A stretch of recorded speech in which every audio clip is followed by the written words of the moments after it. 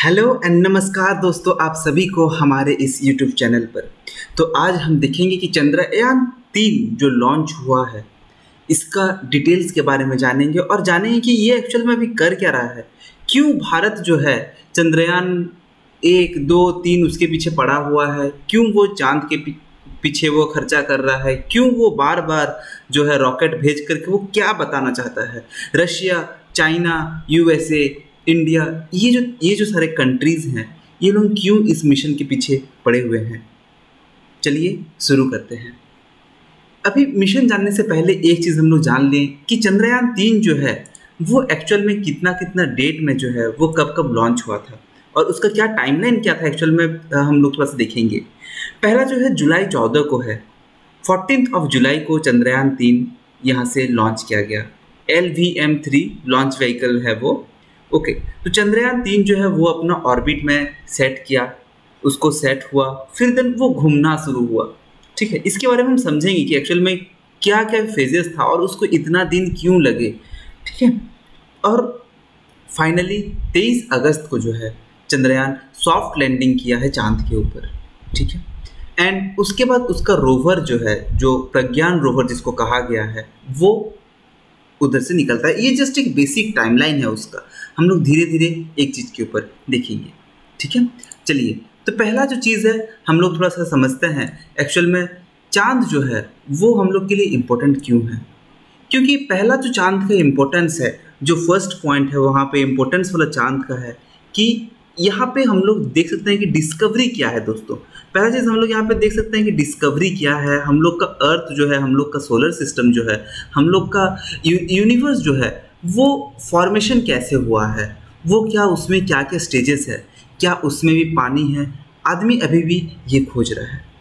ठीक है, तो चंद्रयान 3 जो है, चंद्रयान 3 अगर हम लोग उसको देखें तो वो जो रॉकेट है कुछ इस तरह से हम लोग का दिख रहा था। ठीक है, ये चंद्रयान 3 है। जब वो घूम करके, ये जो जितने सारे पिक्चर्स हैं ये सारे इसरो से लिए गए हैं। तब ये जो है ये लैंडर मॉड्यूल है। ओके, इसको विक्रम लैंडर भी कहा गया है। क्या कहा गया है दोस्तों? विक्रम लैंडर। तो आज का जो ये क्लास है ये एसएससी और यूपीएससी दोनों के लिए बहुत इंपॉर्टेंट होने वाला है, क्योंकि बहुत सारे टर्म्स हम लोग पढ़ेंगे, बहुत सारे स्टेप्स पढ़ेंगे और एक्चुअली हम पूरा स्टोरी को समझेंगे।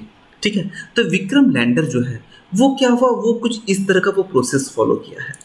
हमारा रॉकेट जो है वो अर्थ से रिलीज़ किया गया। अर्थ से छोड़े जाने के बाद वो क्या करता है, वो घूमता है ऑर्बिट में, धीरे धीरे घूम करके वो अपना ऑर्बिट में धीरे धीरे घूमता है।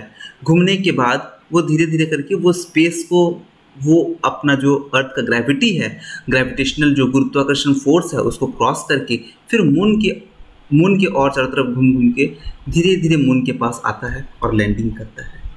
तो क्या आप ये चीज़ पूछ सकते हैं कि क्या ये डायरेक्ट इस पाथवे में नहीं जा सकता है? देखिए, ये जगह में उसका घूमना थोड़ा ज़रूरी है, क्योंकि यहाँ पे गुरुत्वाकर्षण जो बल है काफ़ी ज़्यादा है अर्थ का। ठीक है, फिर ये डायरेक्ट जा सकता है, जैसे आपका लूना का जो मिशन है, जो लूना 25 जो है, जो रसिया के द्वारा छोड़ा गया था, वो जैसे सीधा गया था। बट कुछ कमियाँ हैं और इन्हीं कमियों के बारे में हम लोग समझेंगे, हम लोग इन्हीं कमियों के बारे में जानेंगे। चलिए, पहले हम लोग समझते हैं कि विक्रम लैंडर जो है वो कब लॉन्च हुआ और वो कितना बजे और कब पहुंचा। विक्रम लैंडर जो है वो मून का साउथ पोल के ऊपर, ठीक है, तो ये जो है ये मून है। ठीक है, तो ये जो है ये मून है। ओके, एक मिनट से इसका थिकनेस बढ़ा देते हैं। ठीक है, ये हमारा मून है। तो मून का क्या है, ये नॉर्थ पोल है, ये उसका नॉर्थ पोल है एंड ये उसका साउथ पोल है। बहुत सारे रॉकेट्स, बहुत सारे जो सैटेलाइट्स हैं वो नॉर्थ पोल पे आए हैं, साउथ पोल का भी इस रीजन तक आए हैं, बट वो लोग साउथ पोल टच नहीं कर पाए हैं। मीन्स ये जो रीज़न है, ये रीज़न ब्लैक जून है इसका, ये रीज़न को वो लोग नहीं टच कर पाए हैं। तो इसके बहुत सारे रीजंस हैं, बहुत सारे इसका कंडीशंस हैं जिसको चंद्रयान 3 जो है वो चेक किया एंड पहुंचा। तो ये एक बहुत बड़ा मिशन है अपने आप में ही। अपोलो का जो है, अपोलो जो सैटेलाइट है वो इधर पहुंचा था। चंद्रयान 2 जो है वो भी यहाँ पे पहुंचा था साउथ पोल के आसपास, बट वो क्रैश हो गया एंड चंद्रयान 2 जो था वो फेल हो गया। ये चीज़ समझना है। देन 4 इयर्स के बाद चंद्रयान 3 आके पहुंचा है, लैंड किया है ठीक इसी जगह पे चंद्रयान 3 जो है वो लैंड किया है साउथ पोल के पास। तो ओके, तो चंद्रयान 3 अगर देखा जाए दोस्तों, ये इंडिया के लिए बहुत प्राउड मूवमेंट है, इंडिया के लिए बहुत प्राउड मूवमेंट है, बिकॉज कोई भी ऐसा कंट्री नहीं है जो कि साउथ पोल पे लैंड किया हो मून का। ठीक है, तो 6:04 शाम को 6:04 बज के वो साउथ पोल में लैंड करता है। ठीक है, 17 मिनट्स का जो था, 17 मिनट का डिसेंडिंग था। मीन्स जब ये मून है, मून के ये जो डिस्टेंस है उसको वर्टिकल डिसेंडिंग कराया गया। ठीक है, वो घूम घूम के, हालांकि ये जा रहा था इस तरह से घूम घूम के, हम लोग देखें कि वो बाहर से घूम घूम के आकर के धीरे धीरे क्लोज आया।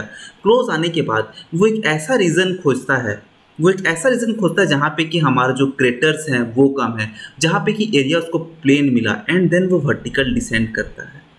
वर्टिकली डिसेंड करता है, स्लोली डिसेंड करके एक सॉफ्ट लैंडिंग करता है, जहाँ पे कि उसका चारों पैर जो है मून के ऊपर फाइनली रेस्ट करता है। ठीक है, इसी को सॉफ्ट लैंडिंग कहा गया है।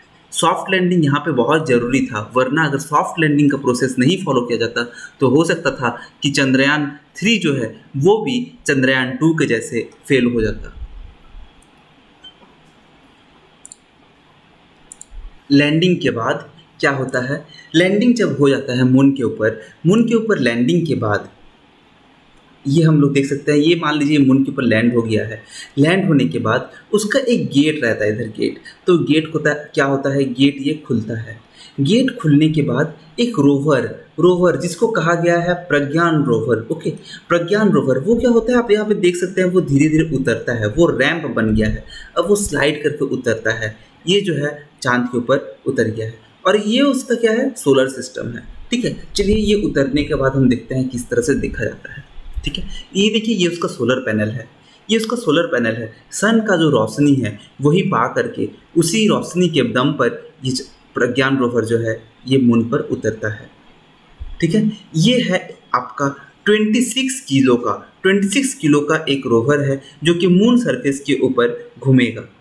ठीक है, 6 व्हील्स वाला ये जो रोवर है, इसके पास 2 इंस्ट्रूमेंट है।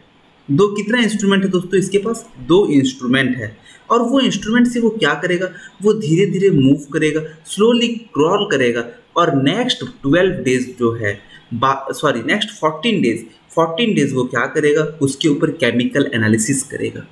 ठीक है, उसका जो मेन जो जिसके लिए उसको भेजा गया है वो अपना काम करेगा दोस्तों, उसके ऊपर वो केमिकल एनालिसिस करेगा। ठीक है, उसके ऊपर क्या करेगा, पहला चीज़ जो है वो क्या करेगा, उसके ऊपर केमिकल एनालिसिस करेगा। देन क्या करेगा दोस्तों, देन वो एलिमेंटल एनालिसिस करेगा, मीन्स अर्थ का जो सॉइल है उसका एनालिसिस करेगा, सिस्मिक मेजरमेंट लेगा। ठीक है, इसमें आपका 4 लैंडर में जनरली आपका कितना मॉड्यूल दिया गया है, ये आपका हो गया, ये लूनर सॉइल, ये तो हो गया आपका रोवर का chemical analysis and elemental analysis. Okay, then जो लैंडर मॉड्यूल है, जो लैंडर आपका मॉड्यूल दिया गया है, लैंडर मॉड्यूल में आपका 4 इंस्ट्रूमेंट्स लगाया गया है, 4 सेंसर्स बोल सकते हैं, 4 टाइप का सेंसर लगाया गया है।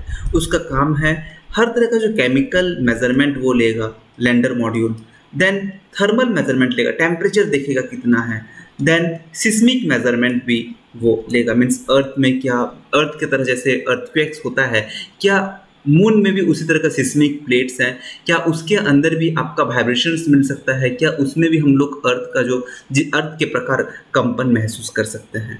तो ये सारे इक्विपमेंट उस पर दिया गया है। अभी जो ये जो स्टे करेगा हमारा Vikram lander and Pragyan rover moon में, तो इसरो को जो बहुत सारा फोटो मिलेगा, क्योंकि इसरो ये जो व्हीकल आपको दिख रहा है, ये जो आपको रोवर दिख रहा है, ये जो आपको रोवर दिख रहा है, रोवर प्लस ये जो लैंडर दिख रहा है, इसका लेग्स में कैमरा अटैच्ड है। तो अगर ये जहाँ पे भी जाएगा, प्लस ये रोवर जो है, रोवर में भी कैमरा अटैच्ड है, तो ये हंड्रेड्स ऑफ फोटोज़ ये भेज सकता है। ओके, अभी फ़िलहाल अगर आप देखें तो इसरो के तरफ से एक वीडियो भेजा गया है। ये जब उतरता है आपका लैंड रोवर, उस तरह का एक वीडियो अटैच्ड हुआ है। ठीक है, आप उसको नेट में भी देख सकते हैं। तो किस तरह से आपका कितना स्मूथली जो है आपका रोवर उतरता है, किस तरह से टेक्नोलॉजी हम लोग का एडवांसमेंट हुआ है, तो इस चीज़ को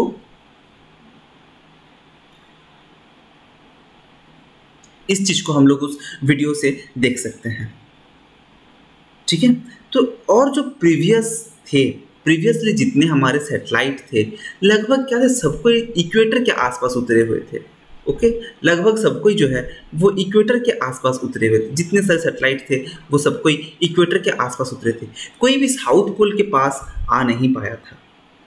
ओके, क्योंकि मून का जो इक्वेटर है यहाँ पे उतारना सैटेलाइट थोड़ा आसान रहता है, ईजियर रहता है और बहुत सेफर रहता है। बिकॉज क्योंकि इसमें जो है गड्ढा नहीं पाया जाता ज़्यादा, इसमें ज़्यादा क्रेटर नहीं, आबू ढाबू जो रहता है, मीन्स बहुत तरह का जो आपका पहाड़ टाइप का स्ट्रक्चर रहेगा, जो अबड़ा खवड़ा जिसको बोलते हैं हम लोग, इस तरह का स्ट्रक्चर्स रहेगा, वो नहीं पाया जाता, वो नहीं रहता है इक्वेटर में। जनरली इक्वेटर में आपका प्लेन सरफेस रहता है।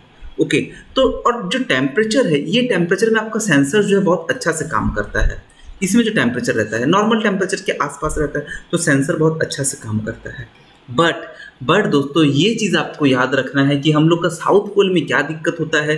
पहला है डार्कनेस, वो एरिया थोड़ा सा डार्क है, पहला तो है डार्कनेस, ठीक है।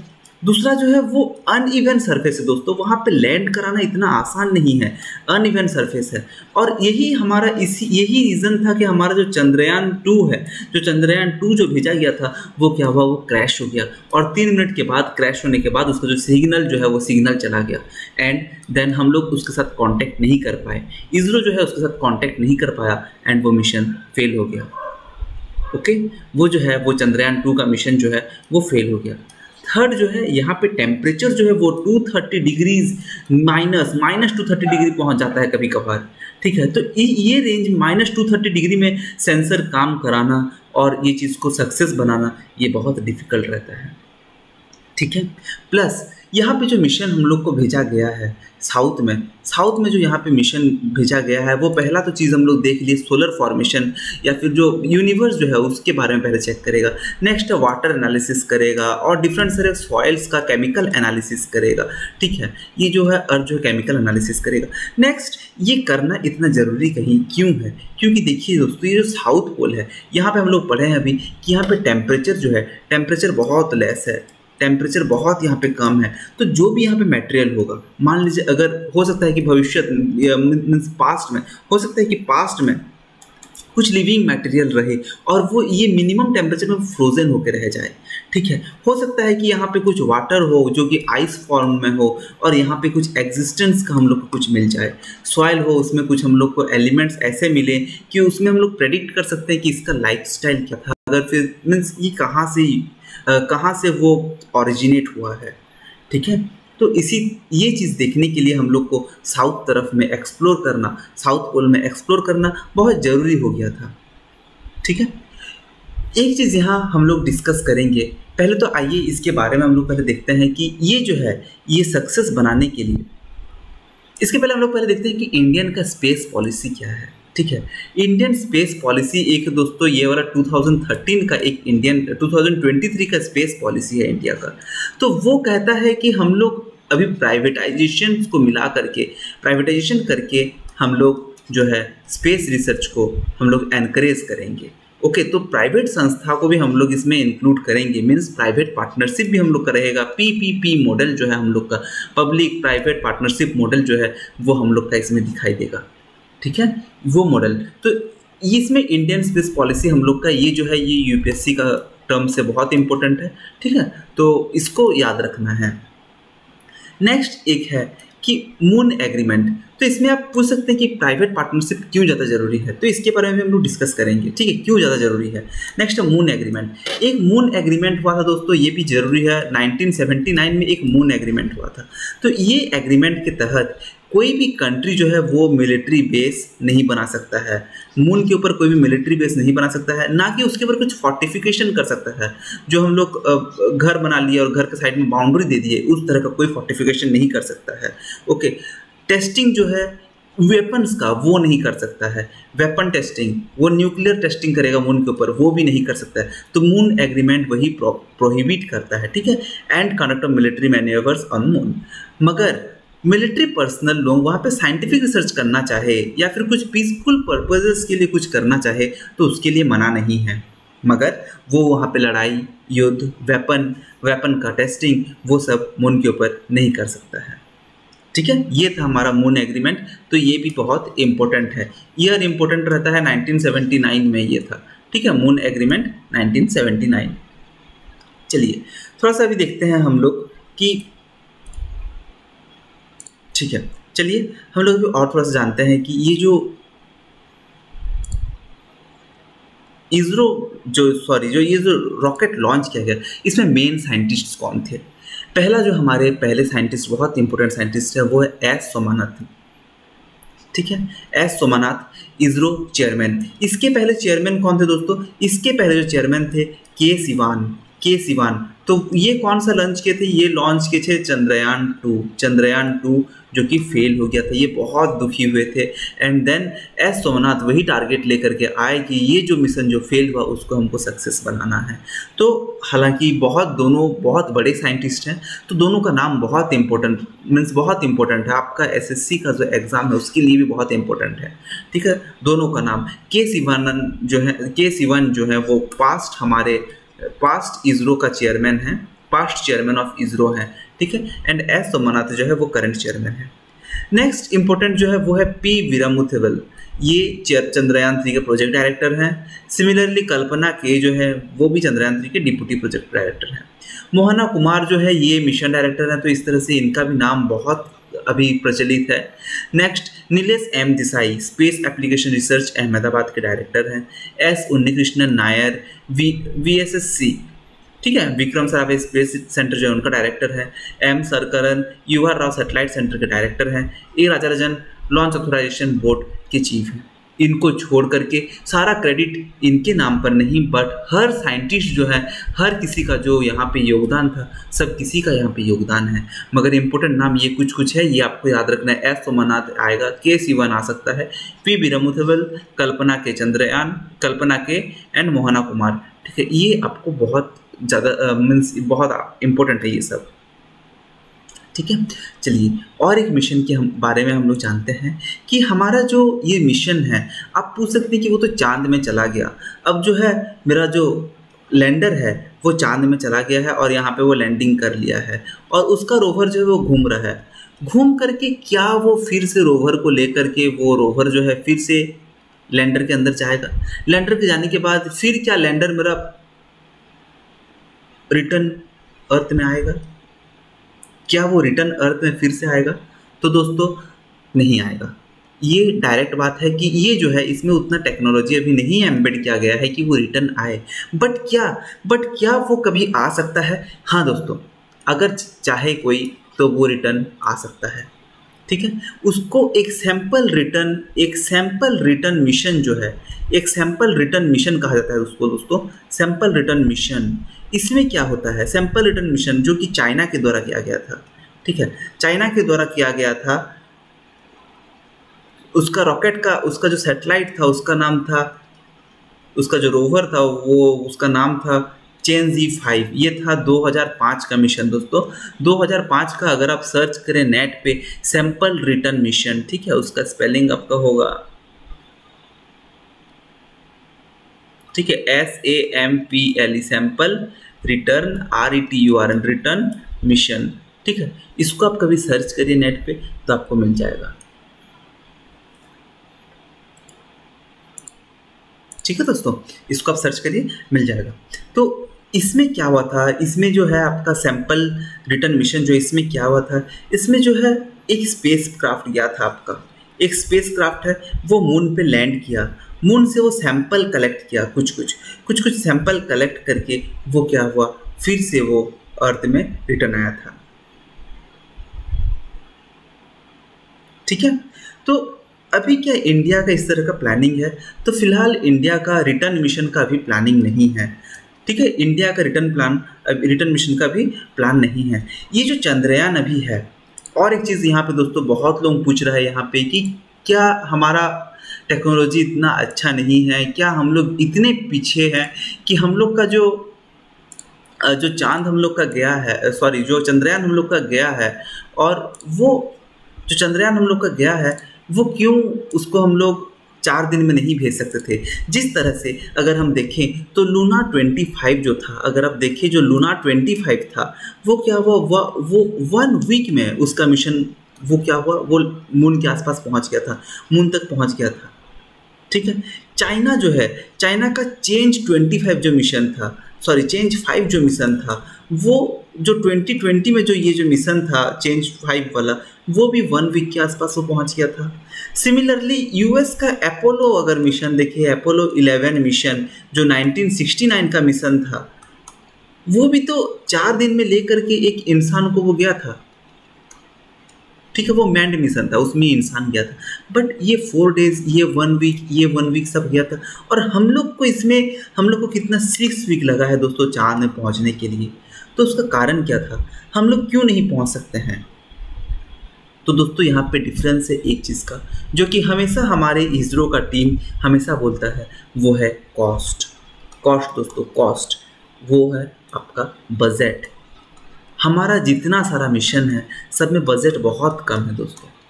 कहा गया है ना बहुत सारे चीज़ों में कि 630 मिलियन में पहुंचना चांद में, और उस बजट, उससे ज़्यादा बजट में तो हम लोग का मूवी बनता है, उससे कम बजट में जो है हम लोग का स्पेस क्राफ्ट जा रहा है चांद में। ठीक है, and this mission was success. इसीलिए अभी जो बात चल रहा है दोस्तों, ये बात अभी चल रहा है प्राइवेटाइजेशन का। ठीक है, अभी समझ में आया दोस्तों क्यों प्राइवेटाइजेशन, क्योंकि गवर्नमेंट जो है, गवर्नमेंट से बहुत ज़्यादा इन्वेस्ट कर सकता है आपका प्राइवेट सेक्टर। ओके, उनका इन्वेस्टमेंट वो इस चीज़ में इन्वेस्ट करेंगे, उसमें इनोवेट करेंगे। तो ये एक पार्टनरशिप तरह का होने से जो है टेक्नोलॉजीज को हम लोग अच्छा तरह से और यूज़ कर पाएंगे। तो बजट से क्या होगा, इसमें क्या आएगा, प्राइवेटाइजेशन से आएगा कॉस्ट मनी, ये आएगा। ये आने से क्या है, न्यू टेक्नोलॉजीज़ को हम लोग यूज़ कर पाएंगे। ओके, न्यू टेक्नोलॉजीज़ को यूज़ कर पाएंगे। हालांकि इसमें बहुत सारी टेक्नोलॉजीज़ है, इसका कोई कमी नहीं है, हम लोग यहाँ पे देख सकते हैं, बट और भी मॉडर्न टेक्निक्स को हम लोग यूज़ कर पाएंगे, प्लस और भी ज़्यादा फीचर्स को हम लोग इसमें यूज़ कर पाएंगे कि वो जल्दी जाए और रिटर्न आए, इस तरह का हम लोग यूज़ कर सकते हैं।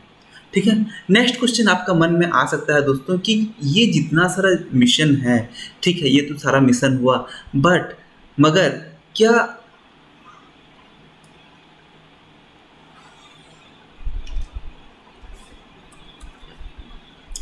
ये जो मिशन हुआ, तो क्या ये जो चांद में जो रहेगा, मीन्स जो चंद्रयान 3 जो अभी पहुंचा है, चंद्रयान 3 जो पहुंचा है, उसका रोवर जो है प्लस उसका लैंडर जो है, वो चांद में क्या करेगा, वो उसमें क्या करेगा? देखिए, बहुत सारे जो ऑब्जेक्ट्स हैं, जो भी सैटेलाइट्स हैं, वो एक बार गए और वहीं वो रुक जाते हैं, वहीं पर वो रुक जाते हैं, और वो उसी स्पेस में बहुत सारी जो चीज़ है सैटेलाइट से, वो भी ऑर्बिट करते फाइनली वो ऑर्बिट करता है। ये सैटेलाइट का बात है। मगर जब स्पेस क्राफ्ट जाते हैं, जो लैंडर जाता है, वो जो अर्थ में मीन्स जो मून के ऊपर पहुंच के जो रुक जाता है, वो लोग वहीं पे स्टेशनरी रहते हैं, वो डेड हो जाते हैं, वहीं पे मर जाते हैं, और वहीं पे उनका जो डिवाइस है वो आपका सिग्नल देना कुछ दिनों बाद बंद कर देता है, वो ख़राब हो जाता है। ठीक है, तो वो फिर उसके बाद सिग्नल बंद कर देता, तो हम लोग मान सकते हैं कि उसके बाद वो डेड हो गया। जिस तरह पे अभी हम लोग को बोला जा रहा है कि ये जो 14 डेज तक ये सिग्नल देगा, क्योंकि उसके अंदर उतना कैपेसिटी है, उतना कैपेबिलिटी है कि ये 14 दिन तक वो घूम पाए। ठीक है, और एडवर्स कंडीशंस में ना हो, भगवान करे ना हो, बट एडवर्स कंडीशन में हो सकता है, जैसे कि हर बार हम लोग का सिग्नल बहुत बार डिस्टर्ब हुआ है। इसमें टेक्नोलॉजी बहुत एडवांस यूज़ है, इसीलिए डिस्टर्ब नहीं होगा। ठीक है, चलिए और कुछ चीज़ों को हम लोग जानते हैं। इंडिया जो है वो बहुत पुअर है, इंडिया अभी फिलहाल बहुत पुअर एंड डेवलपिंग कंट्री है। ठीक है, poor in aspect of trade, poor in aspect of everything. हम लोग अभी देख रहे हैं कि इंडिया का कंडीशन उतना डेवलप नहीं हुआ है। ठीक है, तो एटॉमिक एनर्जी कमीशन जो था और इंडिया का जो न्यूक्लियर प्रोग्राम था, जो कि 1948 में दोस्तों किसके द्वारा सेटअप किया गया था? पंडित नेहरू के द्वारा, पंडित जवाहरलाल नेहरू के द्वारा ये सेटअप किया गया था। और उसके बाद से ये जो रिसर्च है वो धीरे धीरे बढ़ता जा रहा है। ठीक है, हमारा जो ये है इंडियन नेशनल कमेटी, एक हमारा यहाँ पे एक कमेटी है दोस्तों, इसको आप नोट कर लीजिए। ये वाला चीज़ आप लिख सकते हैं दोस्तों। क्या लिखना है? एटॉमिक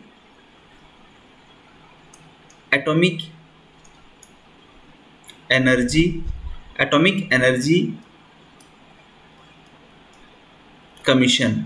एटॉमिक एनर्जी कमीशन जो है 1948 में है, और इसको कौन डेवलप किया था दोस्तों? इसको डेवलप किया गया था इंडियाज़ न्यूक्लियर प्रोग्राम के तहत। इंडियाज़ न्यूक्लियर प्रोग्राम जो कि 1948 का प्रोग्राम है, उसके तहत क्या किया गया था, एटॉमिक एनर्जी कमीशन को डेवलप किया गया था। तो ये प्रोग्राम किसका था, ये प्रोग्राम पंडित नेहरू जी का था, पंडित जवाहरलाल नेहरू जी का था। ये है पहला पॉइंट जो आप लिख सकते हैं। नेक्स्ट जो है आपको और एक चीज़ दोस्तों यहाँ पे याद रखना है कि ये जो विक्रम साराभाई थे, विक्रम साराभाई, इनका नाम आप सुने होंगे, विक्रम साराभाई, ठीक है। विक्रम साराभाई कौन थे दोस्तों, ये एक साइंटिस्ट थे। विक्रम साराभाई एक साइंटिस्ट थे और उन्हीं के वो सेटअप किए थे, वो क्या सेटअप किए थे दोस्तों 1961 में, वो सेटअप किए थे इनकोस्पार। इसका फुल फॉर्म दोस्तों आप नेट में खोज लीजिए। इसका फुल फॉर्म एक्चुअल में आपका है department of atomic energy known as Indian National Committee for Space Research. इसको कहा गया है Indian National Committee for Space and Research. Okay, वो इसको स्टार्ट किए थे। उसके बाद हमारा जो है बहुत सारा यहाँ पे मिशन जो है वो कंटिन्यूस चल रहा है। ये है आपका बैकग्राउंड थोड़ा सा इसके बारे में, ठीक है। चलिए और क्या पॉइंट छूटा दोस्तों यहाँ पे, तो अभी हम लोग जान सकते हैं कि अभी फ्यूचर में हम लोग का क्या प्लानिंग है। वो जो है वो तो लैंड कर गया, अभी फ्यूचर में हम लोग का क्या प्लानिंग है दोस्तों।